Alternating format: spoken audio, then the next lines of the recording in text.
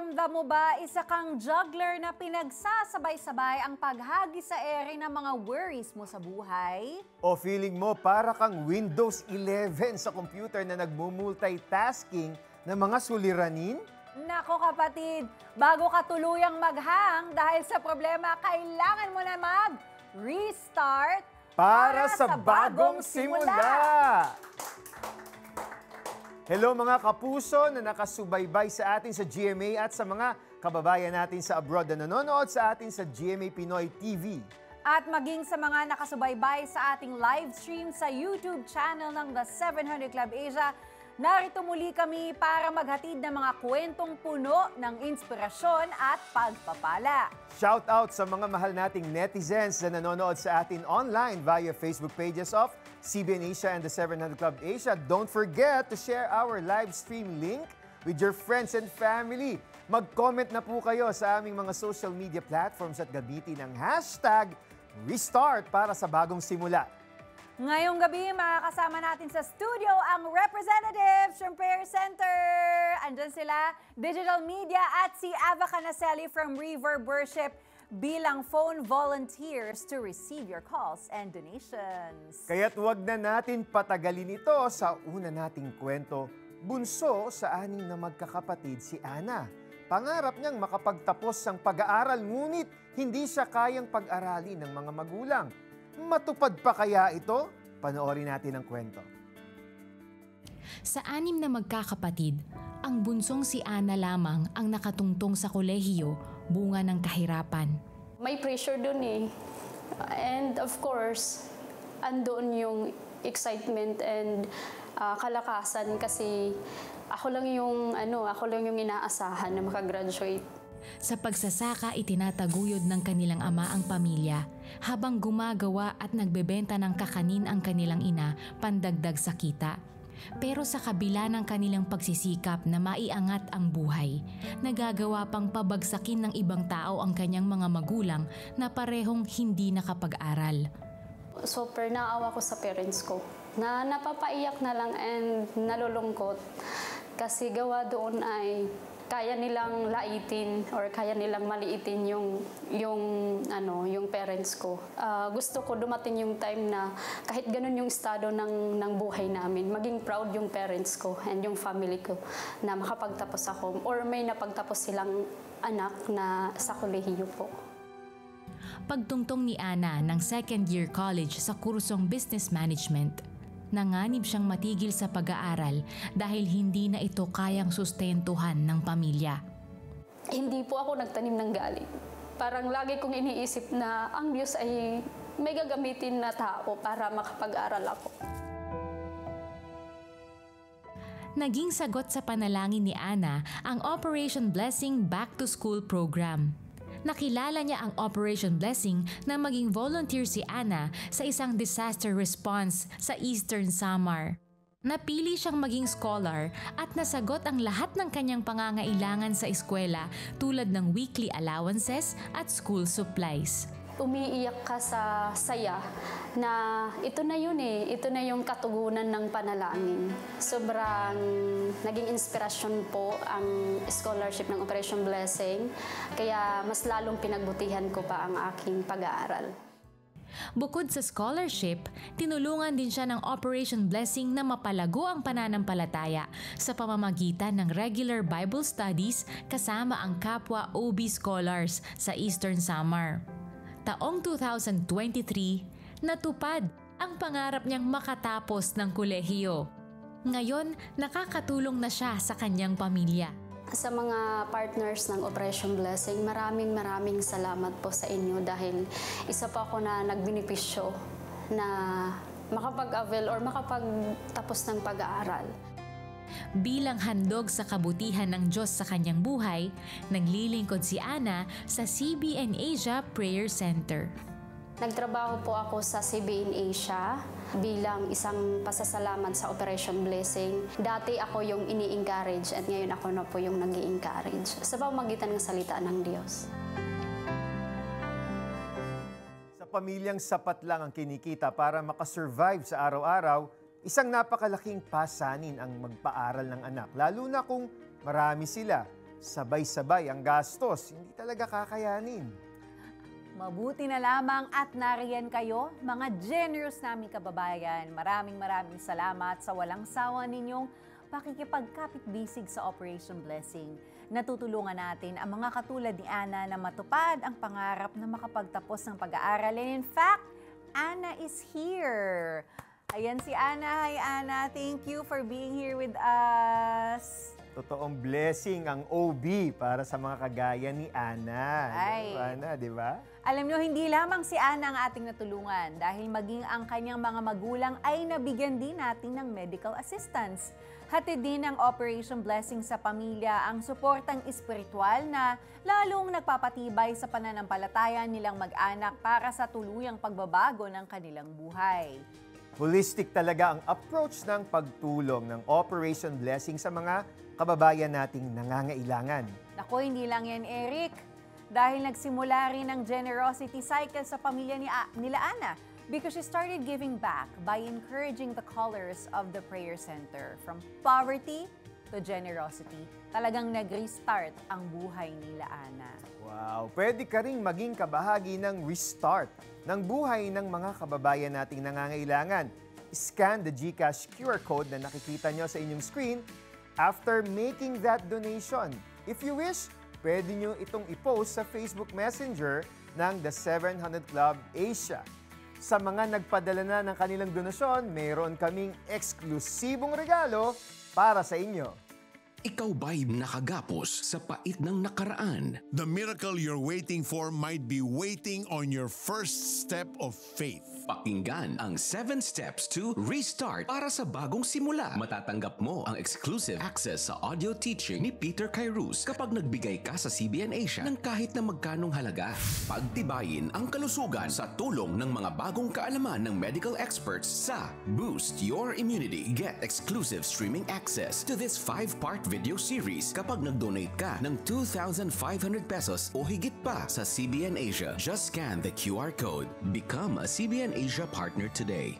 Blessing more people through CBN Asia is fast and easy using your GCash app. Just tap the QR button to scan CBN Asia's GCash QR code. Enter the amount you want to give. Tap Next, then Pay. Send a screenshot of your receipt to CBN Asia via Facebook Messenger or email partnership@cbnasia.org so we can acknowledge your donation. To make future donations faster, save CBN Asia as a favorite biller in your GCash app. Tap the bills icon, choose Add Biller, select CBN Asia, and enter your details. Then tap Save. Be God's hand of blessing. Give today.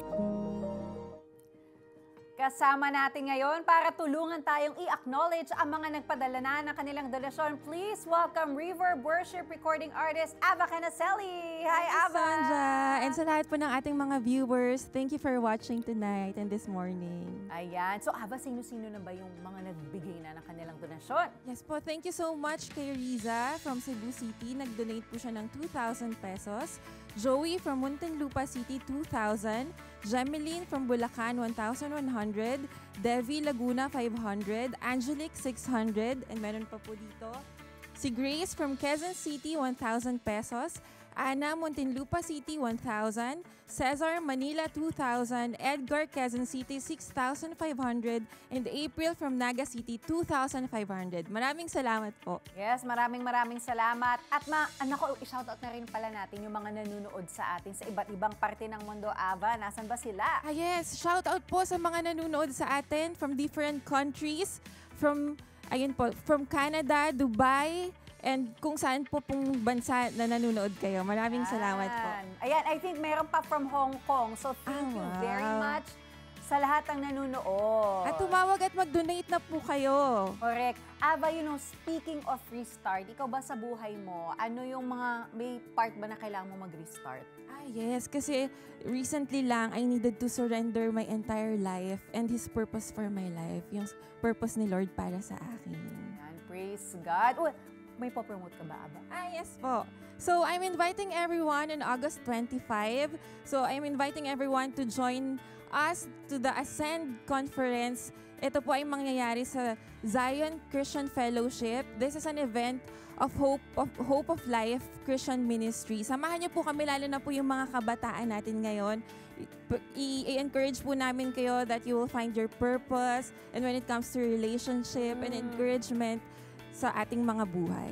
Ayan, join na kayo. Thank you very much, Ava, for joining us tonight. Thank you, Sanja. And mga kababayan, so far, your generosity has reached 1,132,402 pesos. Kaya naman, keep on calling, keep on donating para mas marami pa tayong matulungan. At sa susunod nating kwento, magkasintahang nasa gitna ng preparasyon sa kanilang kasal, naharap sa isang challenge. Ano naman kaya ito? Panoorin natin ang kanilang kwento. Sa gitna ng pananampalataya at pagsuserve sa Lord, isang love story ang nabuo mula sa pagkakaibigan, nagkadevelopan at nauwi sa pag-ibig ang samahan ni na Elaine at Joseph. Hanggang sa napagdesisyonan nilang i-level up ang kanilang relasyon at nagsimulang magplano ng kasal. Pero ang couple may kinaharap na pagsubok. Short engagement kasi kami. So, nag-propose kasi siya ng March and we were supposed to get married by August. So, ilang months lang yung meron kami. So, crunch time to make the budget sakto. Kaya mahalaga yung every centavo, every peso na iniipon namin. And parehas pa kaming nagko-contribute nun sa families namin. So, major adjustment yung building our own finances at that time. Parehong may maayos na trabaho sa corporate world sina Elaine at Joseph. Dahil limitado ang kanilang budget, mas naging masigasig sila sa pag-iipon hindi lamang para sa kanilang kasal, kundi sa paghahanda na rin para sa buhay mag-asawa.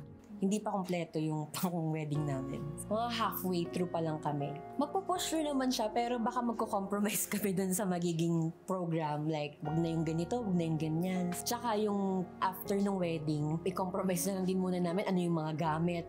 Or yung honeymoon, wag na lang munang umalis masyado. Baka hindi umabot dun sa ina-aspire namin. Nagpipray ako ng supernatural doors to open, supernatural provision. Kasi bilang na namin yung salary namin alam namin na ito yung sasweldohin namin all throughout until we get married. So, other than that, Lord, ayaw namin mag-loan, ayaw namin mag-start ng may utang kami mag-asawa. So, Lord, we lift it up to you. Habang nasa season ng pag-iipon, nasubok ang puso ni Elaine sa pagbibigay nang mapanood niya ang isang kwento sa The 700 Club Asia. It was around May 2023. Hindi ako nanonood actually ng TV for some reason. Nung time na yon, nung night na yon, parang gusto kong manood ng hindi YouTube, hindi Netflix. What caught me was yung segment about the oil spill in Mindoro. Kasi I used to work for a company na meron din kaming oil spill response. Pero kasi ibang-iba yung response ng Operation Blessing, yung how they bless the people talaga, not just with food. Tsaka yung effort to go to yung super far-fetched and far-flung areas just to bless them with the Word of God. It touched my heart talaga. I can't be there but I want to be of help. Tapos nung may call to action na if the Lord is touching you to give, tapos sabi ko, Lord, medyo yung laman ng bank account ko ngayon, hindi siya pang-give. Every time may extra, syempre we want to put it dun sa pang-plan ng wedding. Pero nangusap talaga yung Lord sa akin nung time na yun. And then yung prayer din at the time was, huwag kang matakot, God is faithful. Sabi ko, Lord, sa ngayon, ito yung meron ako. Pero I want to bless people with whatever I have. Bahala ka na. Yun. Kasi alam ko naman na di mo ako pababayaan. In faith, nag-send ako ng GCash. May joy and may peace. Kasi alam ko na it's a unique opportunity to be part of the ministry. Excited ako kung paano gagawin ni Lord. Yung paano siya nagagawa ng paraan. Ang hindi inaasahan ni Elaine, agad niya palang mararanasan ang katapatan ng Diyos.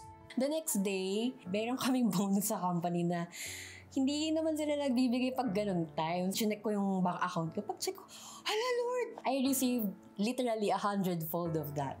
So, 100 times of what I gave. Manghang-mangha ako. So, hindi mo talaga mararanasan yung amazement of how God shows off Himself pag hindi mo rin tinake yung leap of faith. August 31, 2023, ikinasal sina Elaine at Joseph. Dahil kasal ko yun, yung pinakamagandang kasal na napuntahan ko. It was simple, pero it was very meaningful. It was very intimate then. And it was pointing out to the Lord. Naranasan din nila ang dream honeymoon sa Palawan at nakapagsimula ng new chapter ng kanilang buhay bilang mag-asawa. After nung blessing ng Lord, parang meron kaming luxury ng konti, down payment sa apartment, baka bili na kami ng ganitong gamit. Enough for us to start together. Ang daming narating nung blessing na binigay ng Lord. Karagdagang blessing sa buhay ni Elaine ang pagiging mommy. Sa kanilang pagsisimula bilang pamilya, naging mahalagang pundasyon para sa kanila ang pagbibigay. Isang patunay ng kanilang pagtitiwala sa katapatan ng Diyos. Sa giving naming mag-asawa, pag may opportunity talaga, we give not just within the church, but outside. And then amazingly then, God keeps surprising us. I pray that more people will be blessed through CBNA.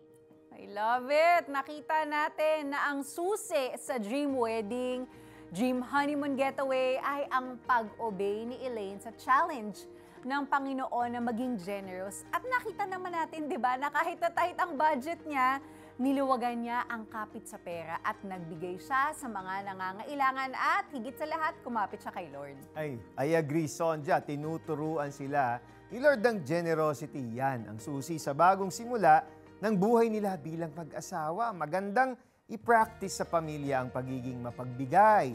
Kahit na sa gitna ng kagipitan, kasi ang sabi nga ng Panginoon, it is more blessed to give than to receive. Ang tendency ay mas mag-focus sa pangangailangan ng iba kaysa sa sarili nating pangangailangan. That way, we learn how to count our blessings. Correct. Kaya ano pa bang hinihintay nyo? Let us start the culture of generosity in our families. Partner with us in meeting the needs of our kababayans. That's right. And the good news is, He is a rewarder of our faith.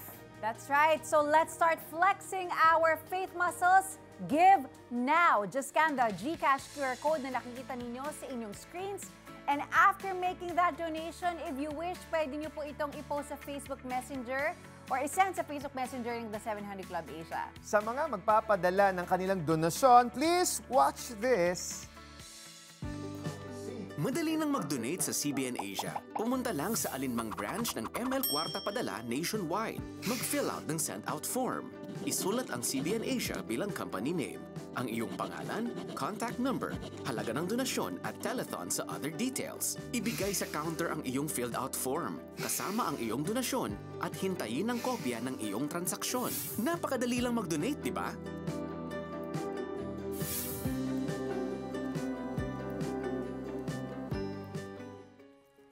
Eric, nitong mga nakalipas na buwan ay nagbigay ang Operation Blessing ng medical assistance sa marami nating kababayan sa iba't ibang lugar sa Pilipinas. At hanggang ngayon ay tinututukan natin ang 6 na buwang gamutan ng mga pasyenteng may TB sa Siargao. Namigay din tayo doon ng special reclining wheelchair sa mga pasyenteng may cerebral palsy at naipa-check up din natin ang mga orthopedic patients at nagbigay din tayo ng groceries sa iba't ibang mga pasyenteng nangangailangan. At recently, nagpaabot din tayo ng medical mission activities sa Romblon. And this month, magbibigay tayo ng medical assistance sa mga kababayan natin sa Sampaloc, Manila at Salimay, Bataan. At eto, makikita po ninyo itong venue natin, itong gymnasium na to. Pupunuin natin yan ng pasyente at syempre yung mga donations na pinadaan nyo sa Operation Blessing. Next month, sa Basilan naman tayo magtutungo para mag-abot ng tulong medikal sa ating mga kapatid sa Mindanao. We need to raise at least 15,000 pesos to help each patient. We are targeting 200,000 pesos for our upcoming medical assistance efforts in Sampaloc, Bataan, and Basilan. Kaya join us in raising that amount. Alam mo, Eric, no, naka-join ako noon sa medical assistance activities ng Operation Blessing. And as someone who was a nurse way back in the day, I've really noticed na yung kakulangan ng medical facility sa mga malalayong lugar sa Pilipinas. Kaya kailangan talaga natin silang tulungan. I agree, Sonja. Kaya makibahagi na po tayo sa pag-abot sa mga kababayan nating nangangailangan ng tulong medikal. You can donate right now using your credit card, especially if you're watching abroad on GMA Pinoy TV or on the web. Madaling mag-donate at safe pa, or you can scan the QR code on the screen. Sa susunod nating kwento, napilitang maging breadwinner sa murang edad si Edeline. Hindi na naramdaman ang pagmamahal sa sariling pamilya, kaya hinanap niya ito sa iba't ibang relasyon. Saan hahantong ang piniling landas ni Edeline? Panoorin natin to. Lumaki sa pangangalaga ng kanyang lolo at lola si Edeline. 8 taong gulang siya nang magsimulang magsaka sa bukid para may kainin. Salat na nga sa yaman, salat pa sa pagmamahal ng mga magulang. Kung kaya't sa kanyang pagtanda, hinanap ni Edeline sa pakikipagrelasyon sa mga lalaki ang pagmamahal na pupuno sa kanya. Okay lang kahit na masakatan ako, kahit na may asawa pa yan, kahit na basta gusto ko Gusto ko yung tao na yan go ako. Hanggang umibig si Edeline sa isang lalaking mayroong asawa. Nagbunga ng 2 anak ang kanilang maling relasyon. Subalit nagkahiwalay rin sila. Nakakasawa ka na. Yung gusto niya, tapos gusto ko, ayaw naman niya. Walang isang linggo na hindi kami nag-aaway. So, magkiwalay lang kami. Sabi ko, bumalik ka sa asawa mo. Ayusin mo yung pamilya mo. Ako, babayaan mo na ako. Solong pinasa ni Edeline ang pagpapalaki sa mga anak. Hanggang muli siyang nagmahal sa isang lalaking mayroon ring asawa. Tinulungan niya ako sa mga anak ko. Tsaka sinuportahan niya ako. Sa halip na makadama ng kaligayahan, lalo lamang nakadama ng kalungkutan si Edeline. Pag wala siya, nag-iisip ako na parang sabi ko, ano ba yan? Parang hindi naman normal yung namin, relasyon namin. Kasi, syempre, pag kailangan ko siya, nandun siya sasawa niya parang ganon. Although, marami akong pera. Pero hindi ako masaya.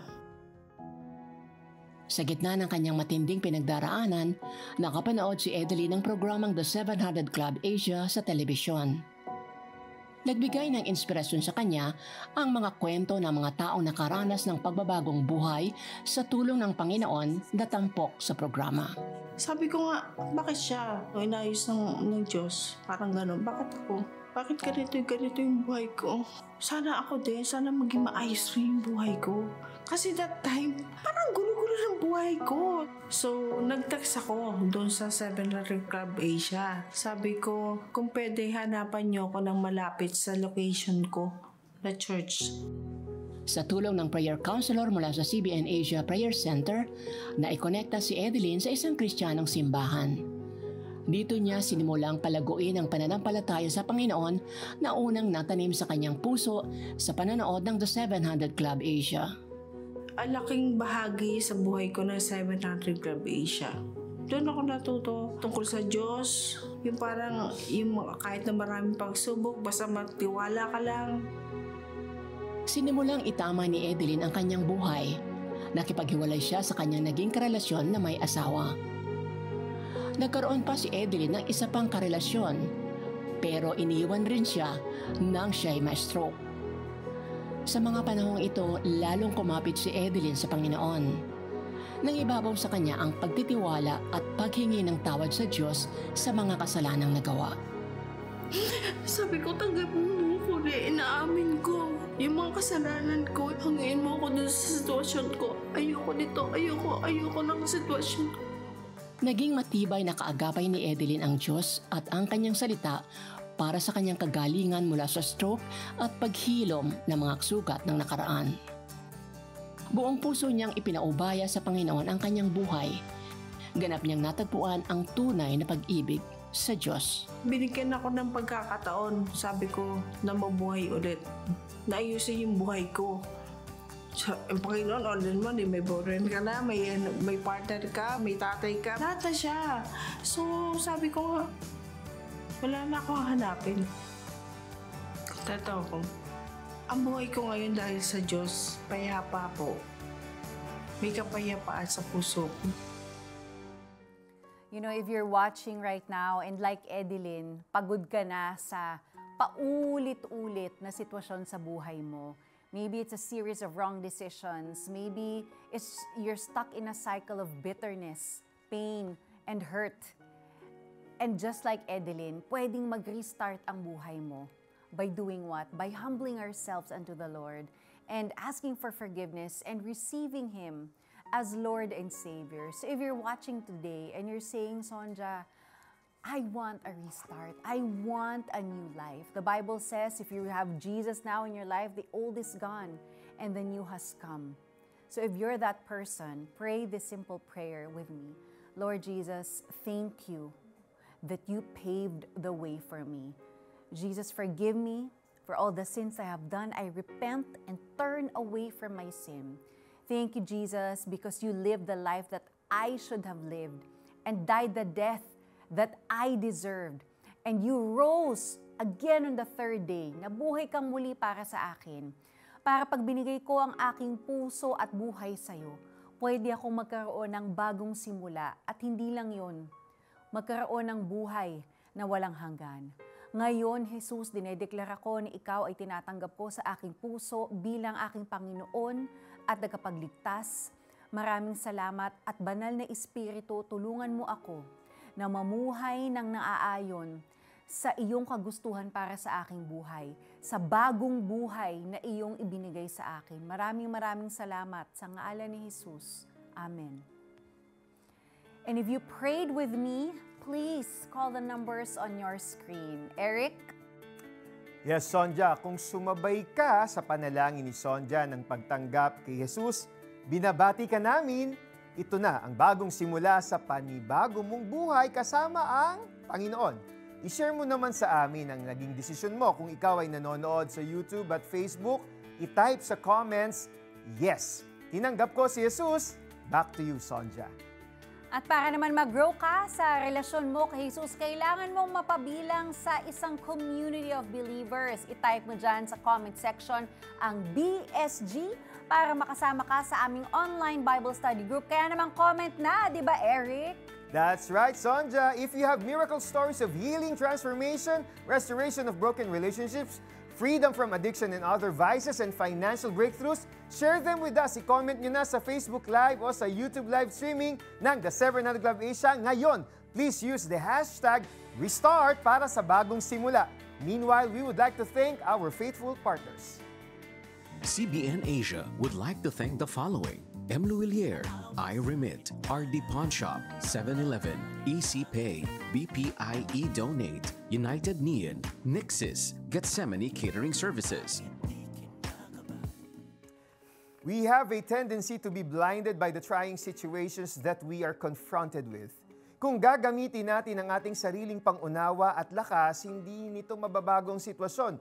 Pero kung magtitiwala tayo sa Panginoon at magdidesisyong sumunod sa Kanyang mga instructions, unti-unti niyang babaguhin ang ating perspektibo. Kasunod nyon, He will empower us to change our attitudes and ways at doon magsisimulang magbago ang sitwasyon. Tama. And God will make us realize that He has a lot of great things in store for us.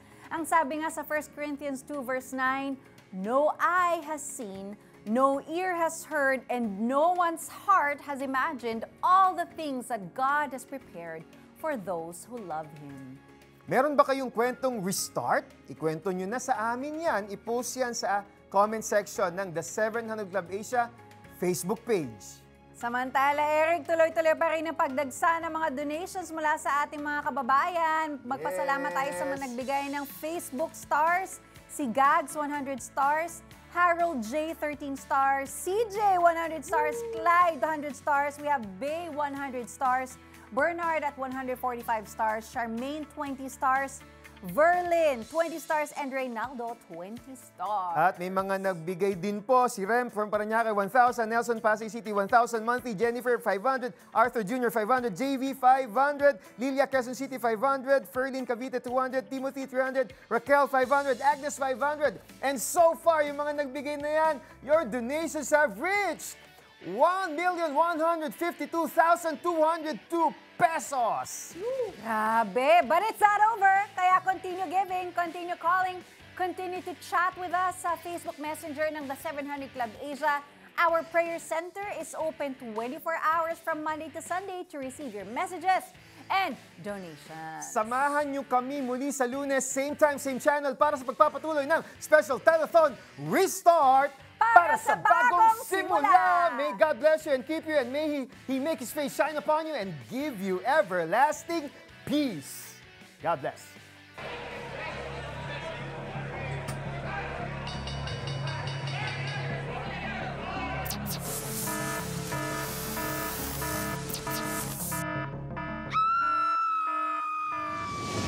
Restart.